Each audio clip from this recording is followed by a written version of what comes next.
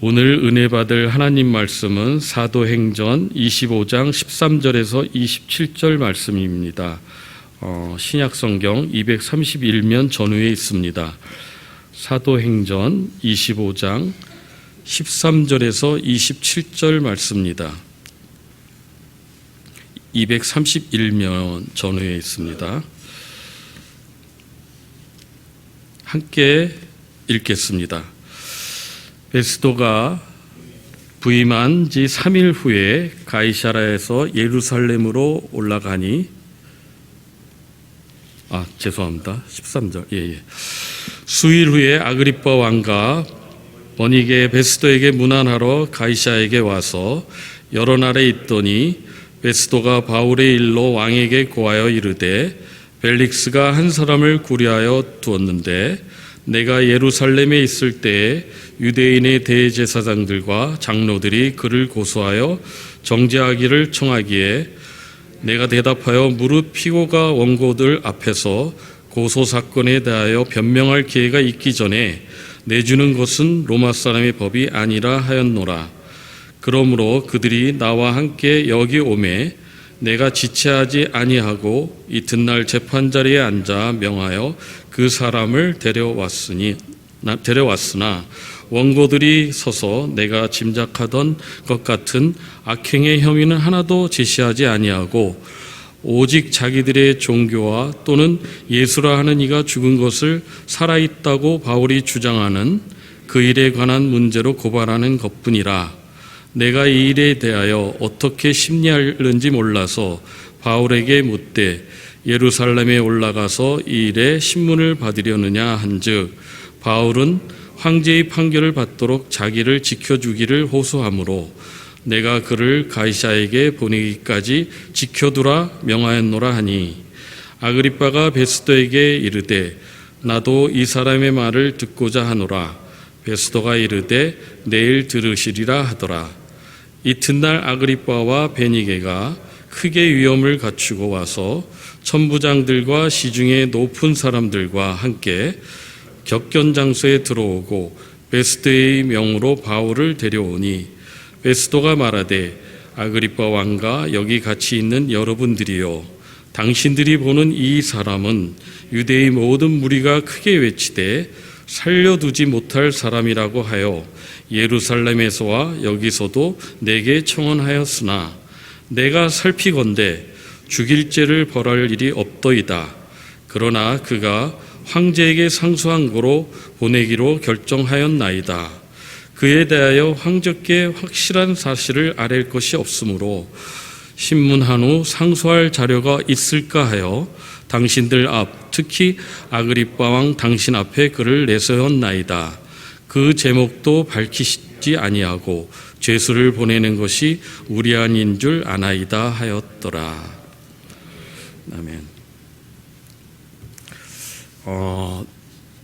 교육자들이 어제부터 수련회를 가는 관계로 오늘은 제가 진행을 하고요. 그다음에 내일은 오병로 장로님께서 예배를 이끌어 가실 겁니다. 함께 봉독한 말씀을 중심으로 복음을 위한 고난이라는 제목으로 은혜를 나누도록 하겠습니다. 먼저 하나님은 모든 것을 통해 하나님의 역사를 이루십니다. 본문은 바울이 가이사라의 총독 베스도에게 재판을 받는 상황을 기록하고 있습니다.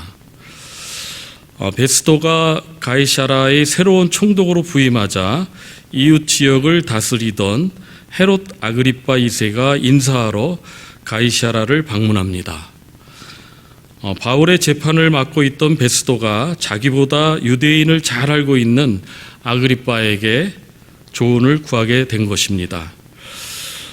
베스도는 유대인의 대제사장들과 장로들이 바울을 고소했지만 로마법에 따라서 원고들 앞에서 변명할 기회를 주어야 한다고 말합니다.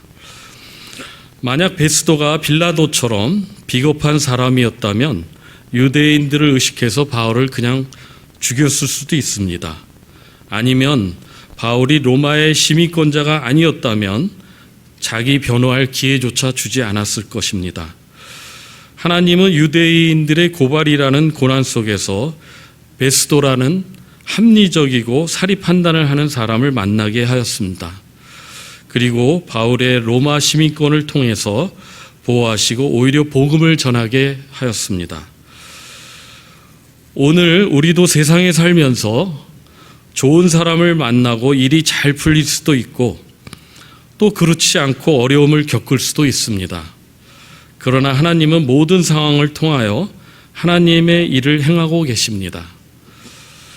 우리 입장에서 보면 좋던 나쁘던 상관없이 모든 것이 합력하여 선을 이루게 하시는 하나님이십니다. 때문에 하루하루 모든 것들이 하나님의 역사를 이룰 수 있도록 우리는 최선을 다하고 항상 감사하며 전능하신 하나님의 행하심을 소망하며 살아가는 우리 성도님이 되시길 축복합니다. 두 번째, 여러분들의 삶을 통해 하나님의 선한 일을 행하시도록 기도해야 합니다. 본문에서처럼 베스도가 자신에게 인사하러 온 아그리빠에게 사건을 설명합니다. 듣고 보면 이들이 바울을 고발한다고 데려오기는 했는데 혐의가 없었습니다. 따라서 이 재판의 쟁점은 바울이 도둑질했다 혹은 폭동을 일으켰다 등의 범죄 행위 판단이 아니라 종교적인 문제, 즉 예수님의 부활이 참이냐 거짓이냐를 파악하게 됩니다. 그런 이유로 아그리빠 역시도 바울을 한번 만나보고 싶어 했습니다. 이렇듯 바울은 비록 재판을 받는 입장이지만 그 과정을 통해서 로마의 두 통치자, 더 나아가서는 로마 제국의 왕 가이사에게까지 복음을 전하는 계기가 되었습니다. 오늘 여러분들 삶 가운데 아픔과 어려움에 있어도 하나님은 돌이켜서 선하게 사용하실 것입니다. 오늘 내가 겪는 고난을 통해 하나님의 선한 일이 되도록 기도해야 합니다.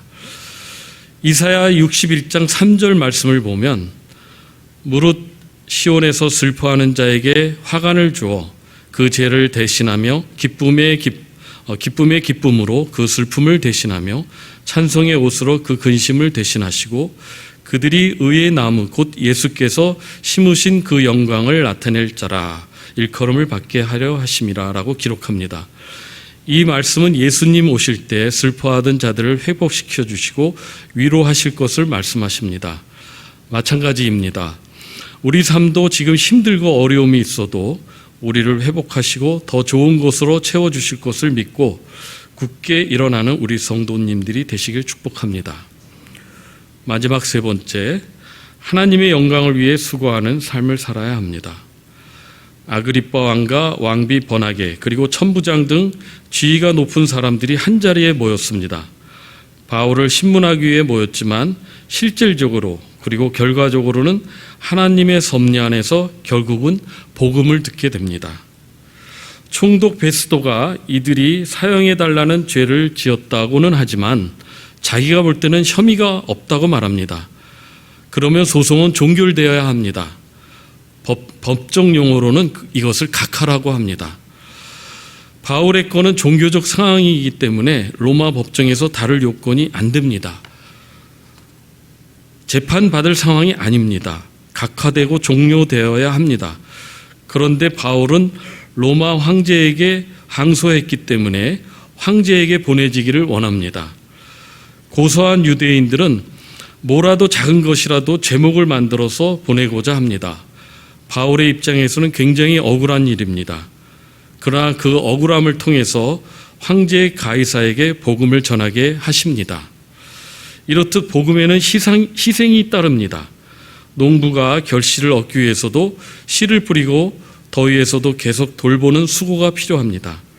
종자씨가 아깝다고 뿌리지 않고 힘들다고 수고하지 않으면 아무것도 얻을 수가 없습니다. 고난과 수고 끝에는 아름다운 결실이 있고 우리가 주를 위해 수고하고 고난을 받으면 영혼의 열매를 맺고 하나님께 큰 상급이 주어진다는 믿음을 가질 수 있는 우리 성도님이 되시기를 축복합니다. 아멘. 기도드리겠습니다. 하나님 아버지 감사합니다. 오늘 만약 우리의 삶이 평탄하다면 힘차게 하나님께 찬양으로 영광을 돌리고 비록 힘들고 어렵다면 그 모든 것을 통해 선을 행하시는 하나님의 역사를 바라보며 기도하고 인내하게 해 주시옵소서. 바울과 같이 복음을 위해 수고하고 하나님께서 기뻐하시는 삶을 살아가는 저희들 되게 해 주시옵소서. 이 모든 말씀 예수님의 이름으로 기도드리옵나이다. 아멘.